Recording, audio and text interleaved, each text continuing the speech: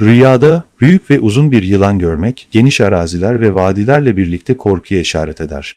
Bazen bu rüya, aile içinde ya da ev halkı arasında düşmanlık oluşmasına, bazen de kötü huylu, korkutucu ve fitneci bir komşuya delalet eder.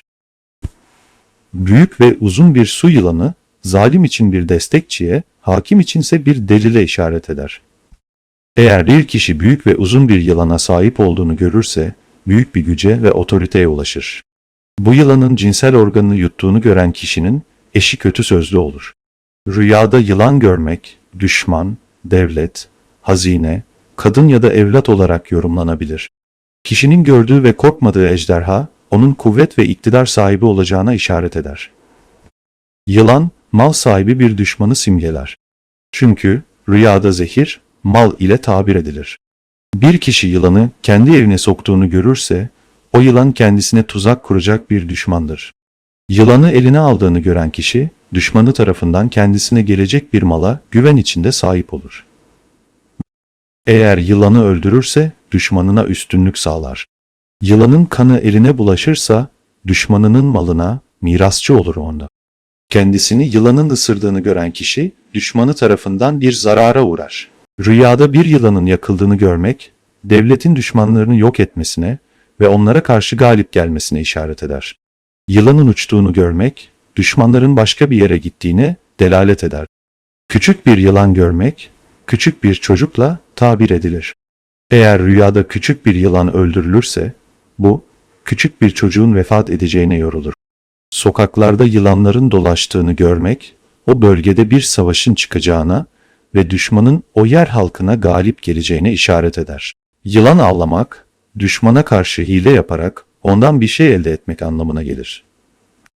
Yılan hükümete bağlı, zalim düşmanlığı, gizli ve baskıcı bir kimseyi temsil eder.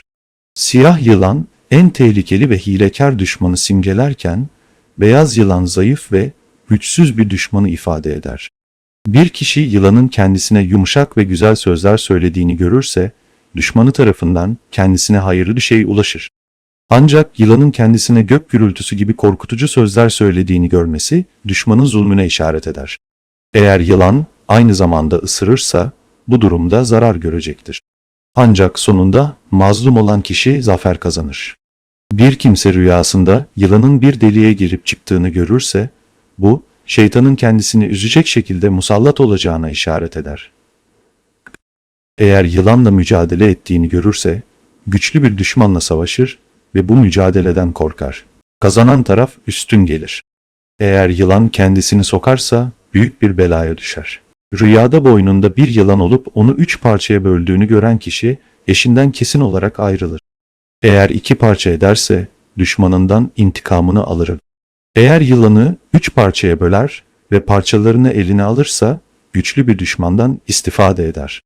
Yılanın etini çiğ olarak yediğini gören kişi, düşmanına karşı üstünlük sağlar ve onun malına sahip olur. Pişmiş olarak yediğini görürse, düşmanına galip gelir ve helal mala sahip olur. Bir kişi yılan tarafından zehirlendiğini ve vücudunun şiştiğini görürse, düşmanı ile büyük bir çatışmaya girer ve başına kötü bir olay gelir. Eğer zehir vücudunu mahvederse, düşmanı ile savaşır ve mağlup olur. Ailesi ve çocukları farklı yerlere dağılır. Eğer bu halde öldüğünü görürse, düşmanı onu öldürür. Yılanın keskin dişleri, düşmanın gücünü simgeler. Bir kişinin kendisini yılana dönüşmüş olarak görmesi, düşmanca bir tutum sergileyeceğine işaret eder. Evinde yılanlar dolaştığını ve onlardan korkmadığını gören kimse, evinde nefsine düşkün ve İslam düşmanı kimselerle birlikte yaşar. Rüyada görülen su yılanları mala işaret eder. Küçük ve zararsız bir yılanın yakasında veya kolunda olduğunu görmek, faydalı mala sahip olmaya delalet eder. Yumuşak ve zararsız yılanları olan kişi, eritilmiş altın ve gümüş gibi kıymetli madenlere ulaşır ve onları saklar. Rüyada arkasından gelen yılan, hilekar bir düşmanı temsil eder. Yılanların kişinin önünde yürüdüğünü görmek, zarar veremeyecek düşmanlara işaret eder. Eğer bir kişi yılandan kaçar ve yılan onu görmezse, düşmanından emin olur. Bir kişi rüyasında yılanın kendisini yuttuğunu görürse, büyük bir mevkiye ulaşır. Başında yılan olduğunu gören kişinin itibarı ve şanı yükselir. Yılanlarla dolu bir bahçe görmek, o bahçenin verimli olacağına işaret eder. Rüyada bir yılan öldürdüğünü görmek, evlilik anlamına gelir. Eğer bir yılanın bir evden çıktığını görürse, o ev yıkılır ve içindekiler zarar görür. Hasta bir kişinin ağzından yılan çıkması, onun ölümüne işaret eder. Eğer bir kişi yılanı yuttuğunu görürse, düşmanına üstün gelir. Ağzından, burnundan veya cinsel organından yılan çıktığını görmek, çocuğunun olacağına delalet eder. Ancak kulağından veya diğer uzuvlarından yılan çıktığını görmek, günaha düşmeye ve dinden sapmaya işaret eder. Karın yılanı, yani solucan, kişinin sofrasından yemek yiyen akraba ve aile bireylerine işaret eder.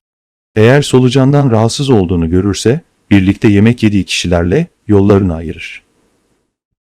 Bir kişi beline yılan sardığını görürse, kemer takar. Eğer elini arkasından uzatıp bir yılan çıkardığını görürse, akrabaları tarafından bir musibete uğrar. Ev yılanı, komşuyu, kır yılanı ise yol kesiciyi simgeler. Genel olarak yılan, kötülük, kıskançlık, hile ve düşmanlığı temsil eder.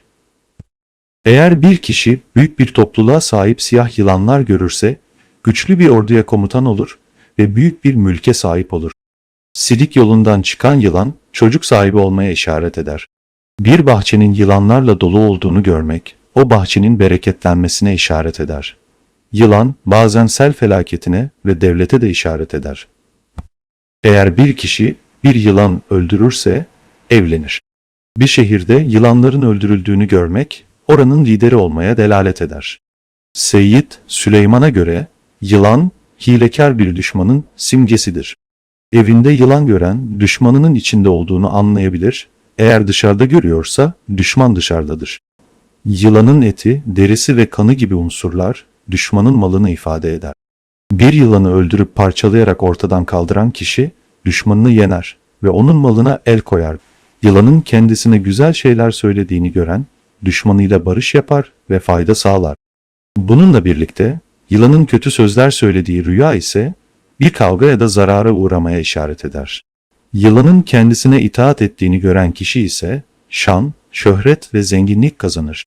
Özellikle madenden çıkan yılanlar, altın ve gümüş gibi değerli maddelerle büyük hayır anlamına gelir. Kirmani'ye göre beyaz yılan tutmak büyük bir mertebe kazandırır. Yanında küçük yılanlarla birlikte siyah bir yılan görmek, kişinin malının, itibarının ve yardımcılarının artmasına işarettir. Yeşil yılan, din düşmanının sembolüdür. Sarı yılan ise hastalık ya da zayıf düşman anlamına gelir. Kırmızı yılan ise güçlü akrabalarla ve taraftarlarla çevrili büyük bir düşmanı simgeler. Kanatlı yılan gören ve onu kontrol eden kişi servet kazanır ve talihi açılır. Ayaklı yılan, güçlü bir düşmanın varlığına işarettir. Etrafında çok sayıda yılan görmek, kişinin akrabalarından düşmanlık görmesine delalet eder. Yılanların kendisini soktuğunu görmek ise, akrabalarla yaşanacak zararı simgeler.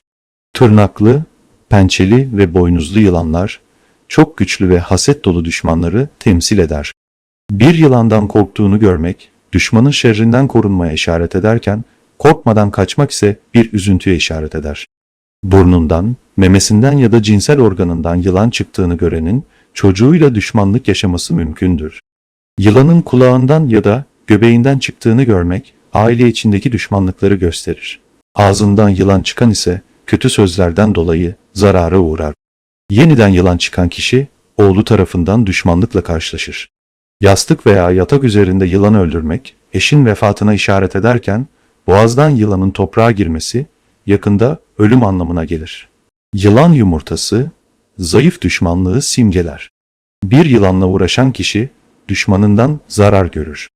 Ölü yılan görmek, düşman tehlikesinden korunmak anlamına gelir. Yılanı kesip parçalayan kişi, düşmanını yener ve hakkını alır. Yılanın korkusuzca sahiplenilmesi, yüksek bir mertebeye ulaşmaya işarettir. Önünde giden bir yılanı tutmak, korkulardan kurtulmayı simgeler. Büyük yılan, büyük düşmanlıkları ifade ederken, ağzına yılan giren kişi, yüksek bir ilme ulaşır. Ejderhaya sahip olmak, mevki kazanmaya işaret eder. Ejderhanın cinsel organını yutan kişi, karısının zina etmesine delalet eder. Kara yılan, mal elde etmeye işaret eder. Su yılanı, değerli kişilerle dostluk kurmaya işarettir. Yüksek bir yere uçan yılan, kişinin sevinçli bir duruma düşmesine delalet eder. Bir mahalleye yılan düşmesi, o bölgenin liderinin vefatına işaret eder. Başının üstünde yılan görenin ise şanı yüce olur. Yılanlarla dolu bir kap görmek, Müslümanlara düşmanlık etmeyi simgeler.